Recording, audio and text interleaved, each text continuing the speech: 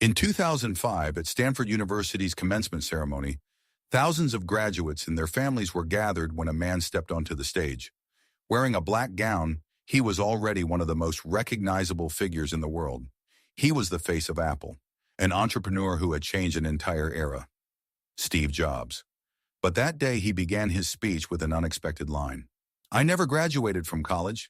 Truth be told, this is the closest I've ever gotten to a college graduation." The audience laughed, but soon the mood shifted.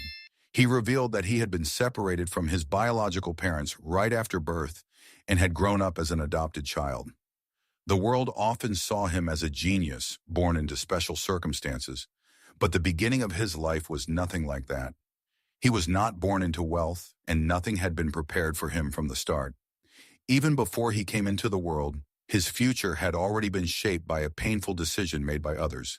Steve Jobs' biological father was a Syrian student who had come to the United States to study. While in America, he met a young woman named Joanne, and the two fell in love. Their love was real, but at that time, their relationship was not easily accepted. Joanne's family was devoutly Catholic, and her father strongly opposed the idea of his daughter being involved with an Arab Muslim man. Then Joanne became pregnant. When her father found out, he was furious. He pressured his daughter to give up the child and made it clear that he would never allow the marriage. But Joanne decided to have the baby. That baby, born under enormous pressure, would later become the man who founded Apple. Still, Joanne could not keep her son in her arms. Because of her family's opposition and the harsh reality around her, she had to place the newborn baby for adoption. But she had one very important condition. The couple who adopted the child had to be college graduates. Joanne wanted, at the very least, for her son to grow up in a home where education mattered. But fate did not follow her plan exactly. The first couple who wanted to adopt the child did not meet that condition. They had not graduated from college. At first, Joanne hesitated. It felt as if the only standard she had managed to hold on to was collapsing. But the couple desperately wanted a child. They promised that when the boy grew up, they would do everything they could to send him to college. In the end, Joanne changed her mind. That was how Steve Jobs became the son of Paul Jobs and Clara Jobs. They were not rich.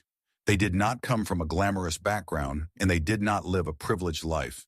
But their love for Steve was deep. They raised him with care and never forgot the promise they had made. Then something strange happened. Not long after Steve was placed for adoption, Joanne's father, the man who had opposed her marriage until the end, passed away. Only then was Joanne able to marry Steve's biological father. The two later wanted to find the son they had let go, but the adoption process had already been completed.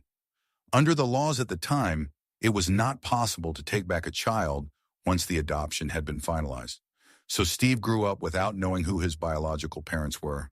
He also grew up without knowing that he had a sister, living as the son of his adoptive parents. As a child, Steve Jobs was far from calm. He was curious to an extreme degree. He was not satisfied with simply asking questions.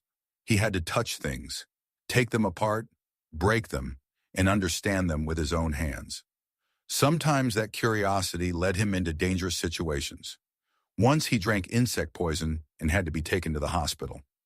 Another time, he nearly suffered an electric shock while poking a metal object into an electrical outlet. He also got into trouble at school. He even placed fireworks under a teacher's chair, which led to his parents being called in. Many parents would have simply punished the child, but Paul Jobs saw things a little differently. He seemed to understand that Steve's energy was not just disobedience, it was curiosity without direction. So he took his son into the garage. There were old machines, used parts, and all kinds of tools. Paul essentially told the boy that if he wanted to take things apart and break them, he should do it there instead of causing trouble outside the house. From that moment on, the garage was no longer just a garage to Steve. It became his first laboratory, a small universe where he began to understand the world. He took apart broken electronic devices, studied their internal structure, and tried to understand why each part moved, how electricity flowed, and how a machine worked. His father did not block that curiosity. On the contrary, he gave him space to work and taught him the value of fixing things with his own hands. Years later, Steve Jobs would say that garage had been his little paradise. Around the age of 12, Steve was trying to build a frequency counter, But he realized he was missing an important part. An ordinary kid might have given up. Steve did not.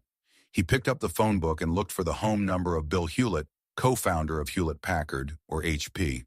Without hesitation, he made the call. When the founder of a major company answered on the other end, young Steve asked with incredible boldness whether he had any spare parts that could help him finish the device.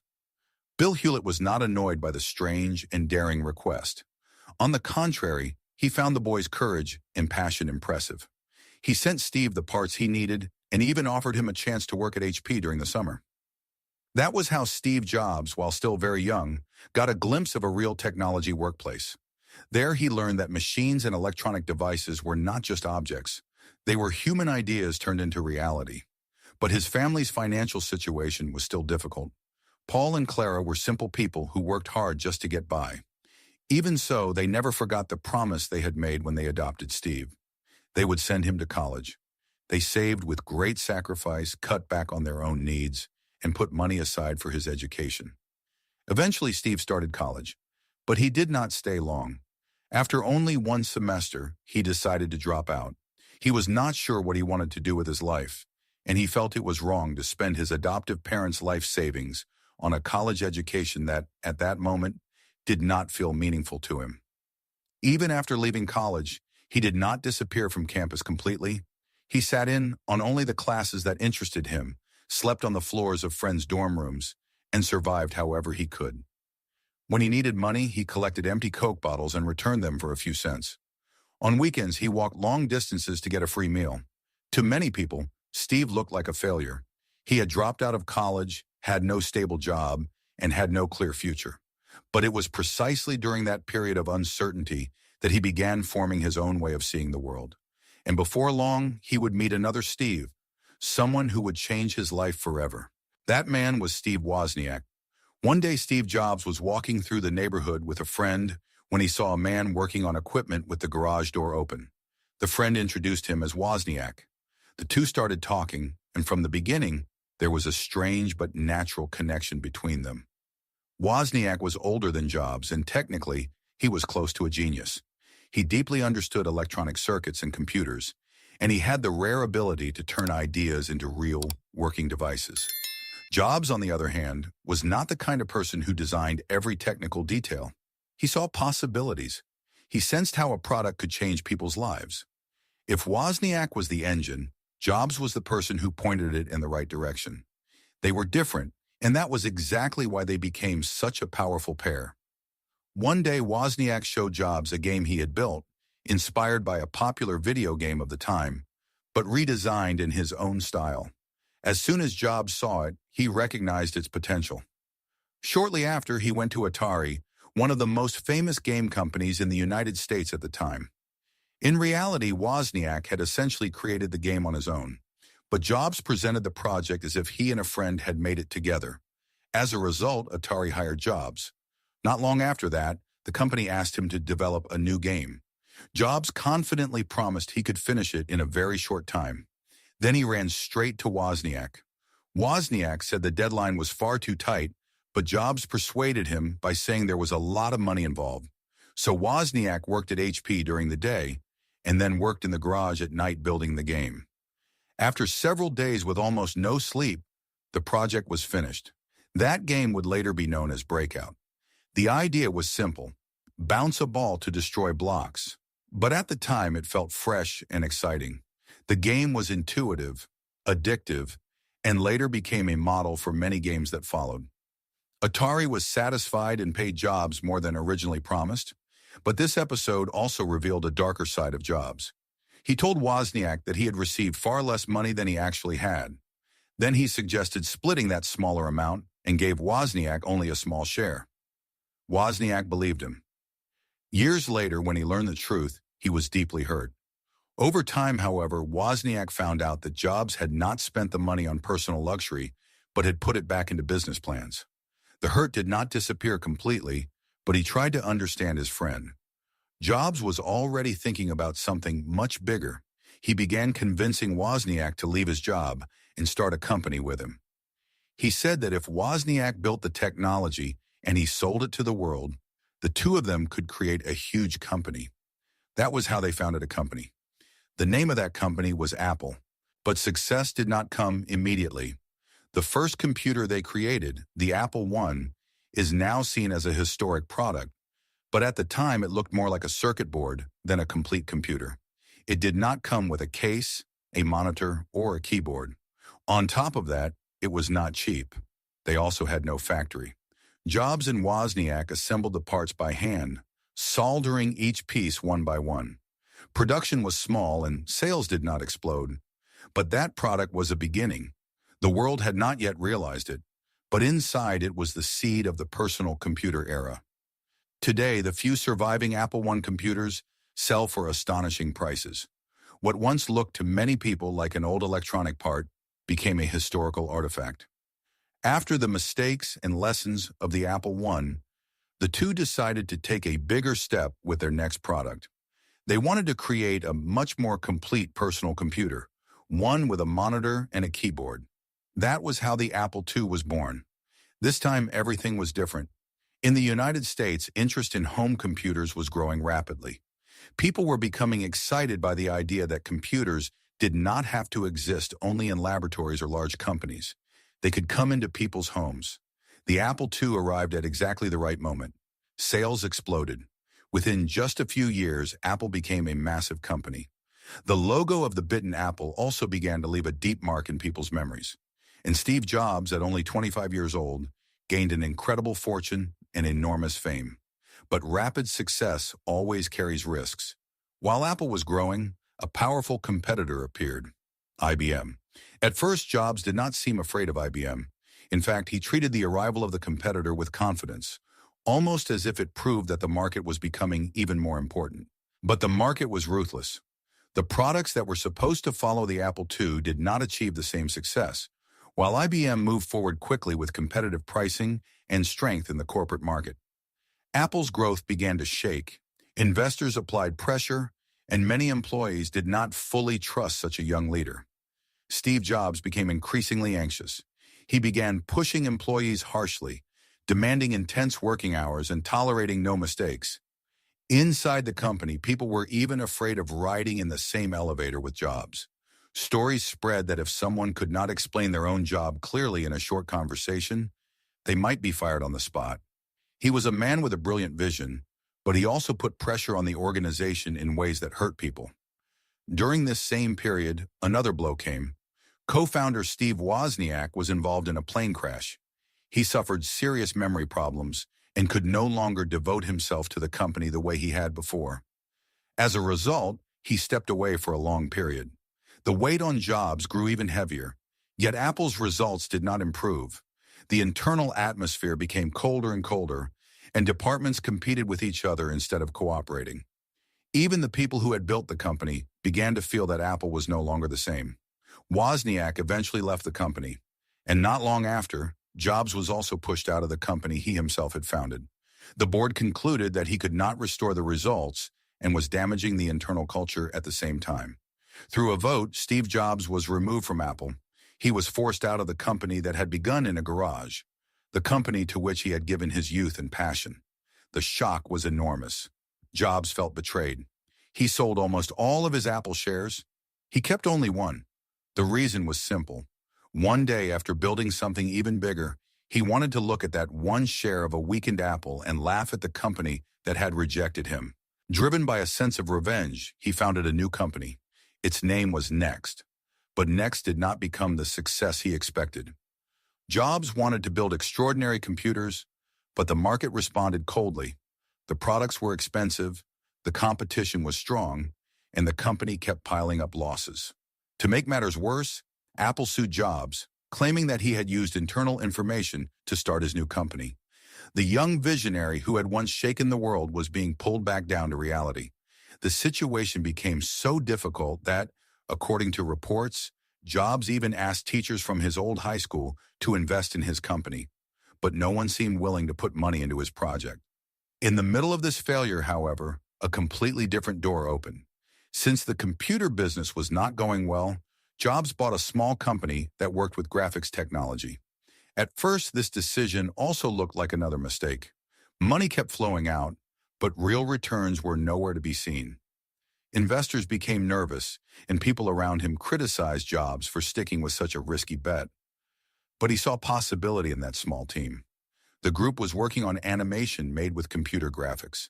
At the time, CG animation was still unfamiliar and largely unexplored, but Jobs believed that one day this technology could open a huge market. Eventually, that belief began to come true. A short film created by that team won an Academy Award, marking a historic moment when computer animation began to gain recognition in cinema. Jobs allowed them to take on an even bigger challenge.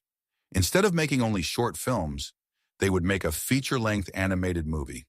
The result was Toy Story, the first fully computer-animated feature film in history, a film that changed the direction of animation.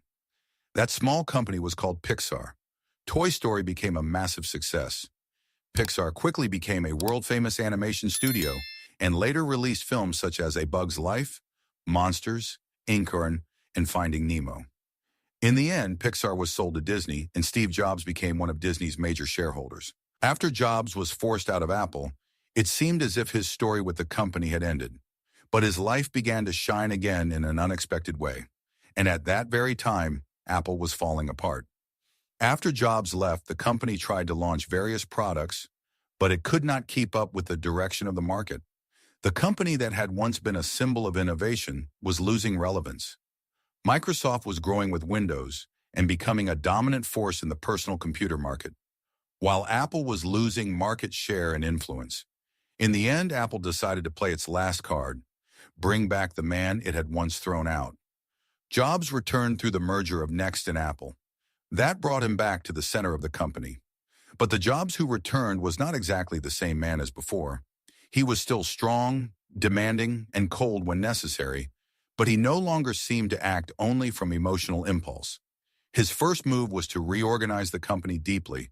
Thousands of employees were laid off, but this time, it was not simply out of anger or instinct. It was a restructuring meant to save the company.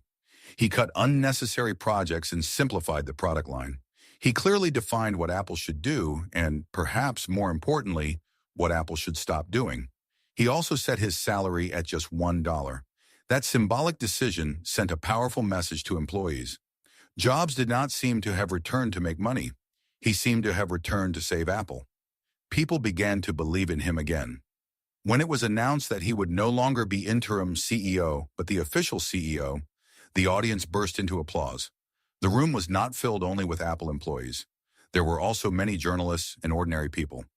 Even so, the reaction felt as if a long-awaited hero had finally returned. And Jobs proved everything through results. Apple began to recover quickly. The company, which had been sinking in losses, returned to profitability, and one of the main reasons was the iMac. At the time, computers were large, rigid, and complicated. The iMac was different. It had a translucent design, rounded shapes, and a user experience that made connecting to the internet much simpler. The iMac was not just a computer. It was a declaration that Apple was alive again. But that was only the beginning. After that, Apple introduced the world to the iPod, the iPhone, and the iPad, changing the way people lived day to day. The launch of the iPhone, in particular, became a turning point in the history of technology. At that time, cell phones had tiny keyboards and many complicated buttons. Then Jobs showed a new experience, touching the screen directly with your fingers. Today that seems obvious. But in that moment, the touch screen felt like a technology from the future. People were amazed. The era of smartphones began. The way people listened to music, made phone calls, used the internet, took photos, and opened apps changed forever. Apple returned to the center of the world, and Steve Jobs became an icon of innovation. But behind that shining success, his body was quietly deteriorating. A few years before the iPhone came into the world, Jobs was diagnosed with cancer. According to reports, the tumor was found at an early stage, and there was hope if he agreed to surgery right away. But Jobs did not want his body opened up by an operation. He delayed surgery and instead placed his hope in diet, alternative treatments, and natural methods. The people around him were worried. Family members and colleagues urged him to seek medical treatment. Even so, Jobs resisted for a long time in his own way. When he finally went into surgery, the disease had already become more complicated. At first, the surgery seemed successful, But during recovery, Jobs remained tied to some of his convictions. Doctors emphasized the importance of proper nutrition, but he struggled to abandon eating habits he had followed for many years. His body became weaker and weaker until he eventually needed a liver transplant. Even then, he did not let go of Apple until almost the end. Every time he walked onto the stage to introduce a product, people noticed his increasingly thin appearance and grew concerned. But he still wore his black turtleneck, his jeans, and used his calm yet intense voice to show the world something new. But time did not wait for him. In August 2011, Steve Jobs announced that he would step down as CEO of Apple. He probably knew, better than anyone, the true condition of his body. Not long afterward, he passed away at the age of 56. The news of his death shook the entire world. In front of Apple stores, crowds gathered to pay tribute. People left flowers, lit candles, and placed apples as a symbol. Some read the news of his death on an iPhone, a device he had helped create. Others stood silently in front of their MacBook screens. Then President Barack Obama remarked that the fact so many people around the world received the news through devices Jobs had created already showed the scale of his achievement. He was not just someone who made products. He changed the way people relate to technology. He transformed the computer from a tool for specialists into a personal object. He turned the phone into a small computer. And he also helped change the future of animation. But his life was not a perfect success story. He was stubborn and at times so cold that he hurt people around him. He also wounded people close to him and missed important moments because he trusted his own judgment too much. He was a genius, but he was not a perfect human being. Maybe that is why his story feels even more powerful. He began as a child placed for adoption, became a boy taking machines apart in a garage, then a lost young man who dropped out of college, and later a founder beside a brilliant friend. He was thrown out of his own company, faced failure, found a new chance in a completely different field, and eventually returned to the company that had rejected him. In the end, he turned it into one of the most influential companies on the planet. Steve Jobs' life leaves one question behind. Does a person end when they fail, or is failure the moment they truly begin to rebuild themselves? Despite all his mistakes, controversies, and contradictions, he kept creating until the end. He tried to see the world differently and show people things they did not yet know they wanted. In that process, he changed the lives of millions. In his Stanford speech, he told young people that their time was limited, so they should not waste it living someone else's life. That sentence mirrors his entire life story. Jobs did not walk the road others had drawn for him. Sometimes he was arrogant, sometimes reckless, and sometimes wrong. But he kept pushing the world forward in his own way. And even after his death, a piece of him remains in the small devices we hold in our hands. Steve Jobs, the child once placed for adoption, ultimately became a name the entire world would never forget.